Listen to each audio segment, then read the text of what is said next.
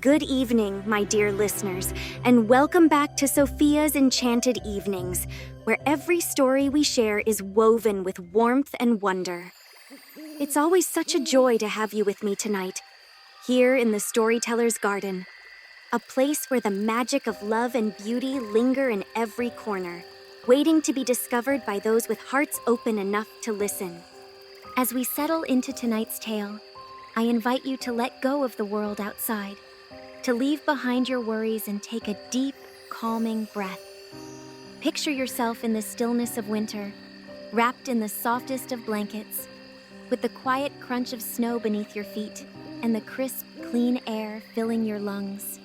Tonight, we find ourselves in a town called Biei, nestled in the heart of Hokkaido, where the snow falls gently, blanketing everything in a pristine veil of white. It's a place where time seems to slow, and every flake of snow that falls carries with it the quiet promises of a love story long awaited. This story is about Aya Takahashi, a woman whose heart is as quiet and beautiful as the land she calls home. She runs a small bookstore, a sanctuary of warmth and stories where souls find solace in the pages of books. But it is this winter, the season of silence and stillness, that brings a change to her life. A change that begins with a man who steps into her world like a whispered secret carried by the wind. Together, Aya and Ryosuke will discover a love that doesn't need to be spoken aloud to be felt, a love that blooms in the stillness of winter's embrace. But, like the snow that falls, it is delicate and fleeting, and as the seasons change, so too does the story of their hearts. So, my dear listener, as we begin this tale of quiet love and unspoken feelings, I ask you to close your eyes for a moment. Picture the snowy streets of Biei, the soft glow of lantern light against the white landscape, and let yourself fall into the magic of this winter story. This is Whispers of Snow. Take a deep breath and let the story carry you, just as the snow falls gently to the earth, soft and steady, waiting to tell its own tale. The snow fell in gentle waves over the quiet town of Biei, Hokkaido. The world was cloaked in pristine white, the trees glistening like they had been dusted with powdered sugar. The air smelled of pine and the crisp purity of winter, and the streets, though largely empty, bore the soft crunch of hurried footsteps. Aya Takahashi pulled her scarf up to cover her reddened cheeks, exhaling a soft cloud of breath into the frigid air. She had lived in Hokkaido all her life, and yet every winter felt like the first. There was something magical about the way the land transformed under the weight of the snow, how the silence became a song of its own. She ran a small bookstore on the outskirts of town, a cozy little place called Fuyu no Yume, Winter's Dream. It was more than just a shop to her. It was a sanctuary, a place where lost souls found warmth in the pages of stories. But this winter, something felt different. It all started 3 weeks ago when she met him. The day had been colder than usual, the kind of cold that seeped into one's bones. Aya had been locking up the bookstore when she spotted him, standing at the far end of the snow-covered bridge that overlooked the frozen river.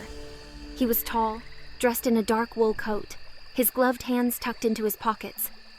For a moment, Aya hesitated. The man was staring at the river below, motionless, almost like a shadow against the white backdrop.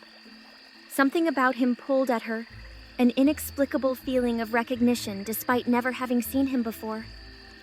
She walked closer, and when she was a few steps away, he turned. His eyes were the color of winter dusk, gray, tinged with a hint of sorrow. "You should be inside," he said, his voice deep yet gentle.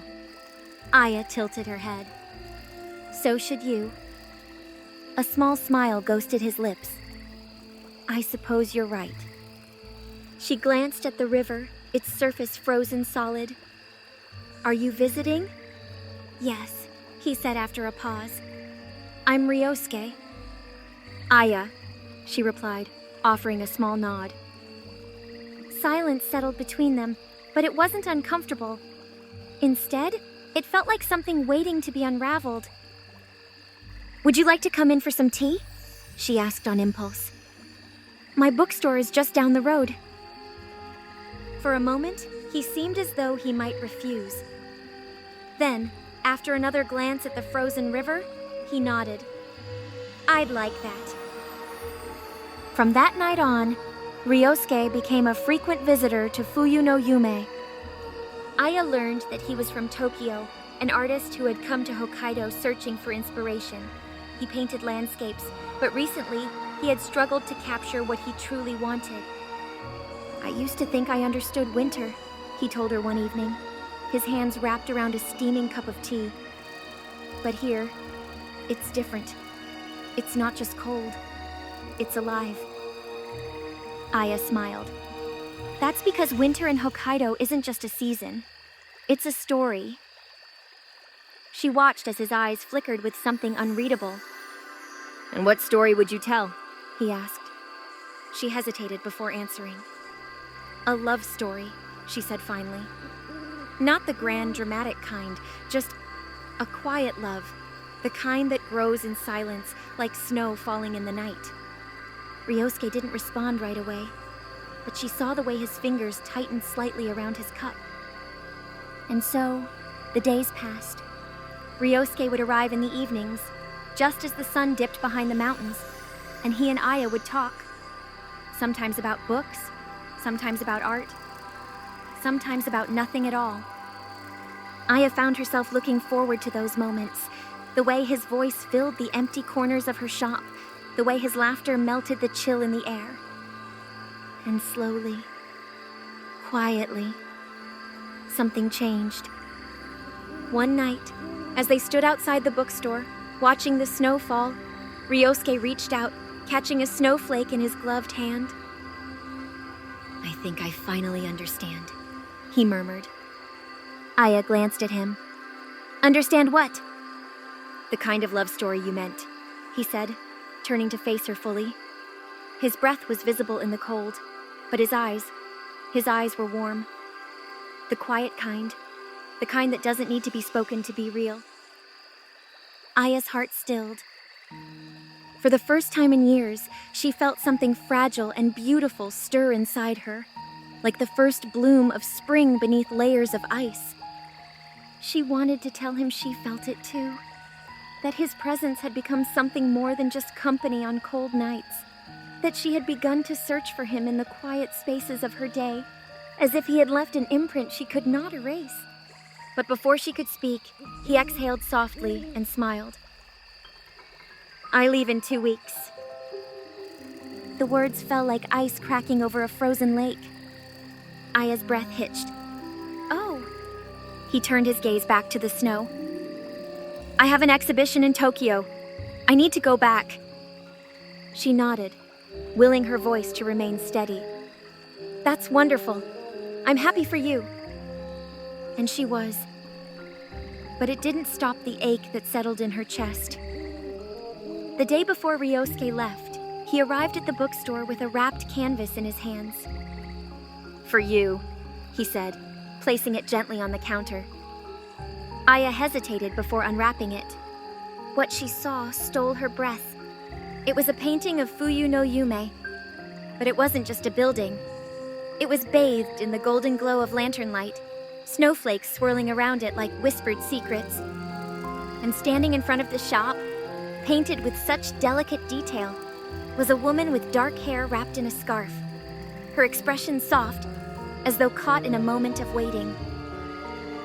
It's beautiful, she whispered. Ryosuke smiled, though it didn't quite reach his eyes. It's how I'll remember this place, how I'll remember you. Aya's fingers trembled against the canvas.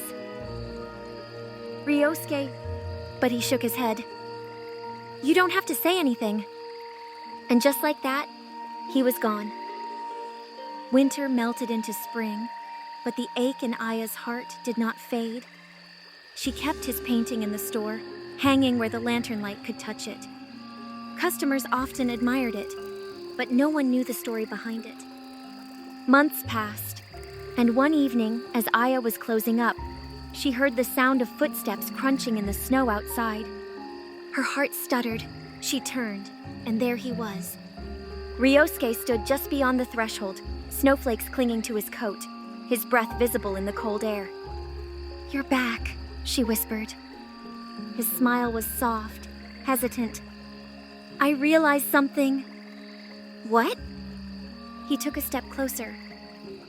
"The story I was trying to paint, it wasn't a landscape. It wasn't even winter." Aya swallowed hard. "Then what was it?" His voice was quiet. "You." And as the snow fell around them, like the hush of a love long unspoken, Aya realized her quiet love story had finally been written. As the night draws to a close, I hope you carry with you the warmth of whispers of snow, where love blossomed softly, like snowflakes kissing the earth. Aya and Ryosuke's story reminds us that sometimes the most beautiful connections aren't the loudest ones. They're the quiet, tender moments that wrap around your heart, even in silence. Like the snow that blankets the world in a quiet embrace, love doesn't always need to be spoken to be felt. Sometimes it is enough to simply be there, sharing time, sharing space, and knowing that in the stillness, hearts are speaking their own language. In the soft glow of the lantern light, in the quiet fall of the snow, love was allowed to unfold in its own time, as naturally as winter's first breath. And isn't that a reminder of the beauty of life itself? That love, whether big or small, quiet or loud, is always present, waiting for us to notice it in the most delicate of places. As you reflect on this evening's tale, let it wrap you in its warmth and quiet beauty. And as the snow falls around you, remember that love, too, is all around us. In the smallest gestures, in the softest whispers, and in the spaces between the words we speak. Before you leave me for tonight, my dear friend, I want to remind you about the weekly poll here in the Storyteller's Garden. Every week, you have the chance to tell me which stories have touched your heart the most. Is it the tender, heartfelt tales I share with you each week? Or perhaps Evelina's captivating midnight murmurs that leave you in awe? Your thoughts mean the world to me, and I can't wait to hear which stories have left an imprint on your soul. And of course, be sure to join Evelina on Tuesday nights for Midnight Murmurs, where the shadows of the night reveal their mysteries and pull you into a world where anything is possible. Her stories may leave you breathless, but always they will stir something deep within you. Thank you, my dear listener, for letting me share this evening with you. Know that you are always in my heart, just as you are always in the gentle embrace of this enchanted garden. Until we meet again, may your dreams be sweet and full of love, like the quiet snowflakes that dance in the stillness of the night. Sleep well, my darling, and remember, love is always with you.